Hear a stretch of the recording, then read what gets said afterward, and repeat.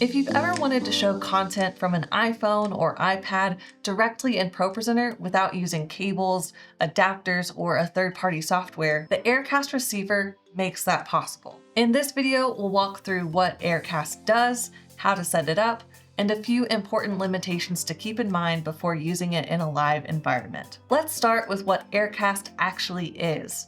AirCast allows ProPresenter to receive audio or video streamed from supported Apple devices over your local network. Once it's set up, it appears just like any other input inside ProPresenter.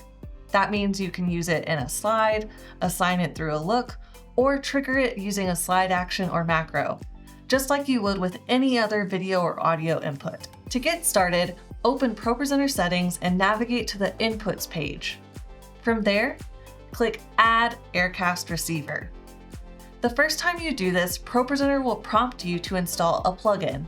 Go ahead and follow the on-screen instructions to complete that installation. You only need to install this plugin once. After that, the AirCast Receiver will be available for configuration.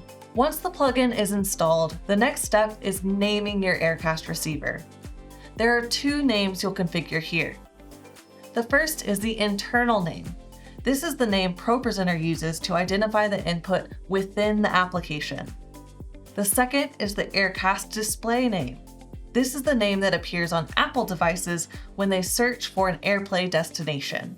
It's a good idea to make both names clear and easy to recognize so your team knows exactly which destination to choose.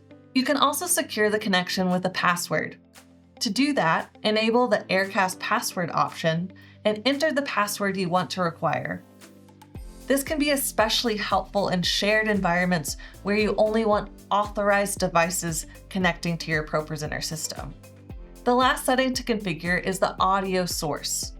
You can choose to use the audio embedded in the AirCast stream itself, or select a different audio source available on your network. Choose the option that best matches your audio routing setup. And if you're setting up AirCast for audio only, the process is very similar. Now, let's look at a few practical ways you might use AirCast. One example is using an iPad for live annotation.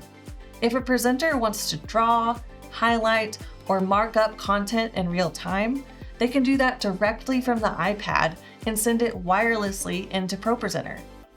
Another example is bringing in a remote guest through FaceTime. Instead of routing that call through a laptop or using extra hardware, you can stream it directly from an iPhone into ProPresenter as an input. Once your AirCast receiver is configured, the rest of the workflow will feel familiar. You can assign it to a screen using looks, place it into a slide using a video input object, or trigger it from a queue or macro. It works within the same input workflow you're already using in ProPresenter.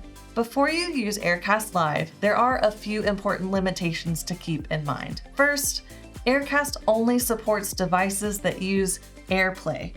It does not support Google Cast, Android screen sharing, or other non-Apple wireless protocols. Second, some services such as YouTube, Spotify, and other platforms that use DRM or digital rights management may not work through the AirCast receiver. If you need to show content from those services, screen mirroring may be a better option. And finally, ProPresenter only supports one AirCast receiver instance at a time. For example, you would not be able to receive video from a pastor's iPad while also using a separate AirCast connection for a pre-service audio playlist. If you'd like to learn more about working with inputs in ProPresenter, be sure to check out our dedicated tutorial on inputs. Thanks for watching, and we'll see you in the next tutorial.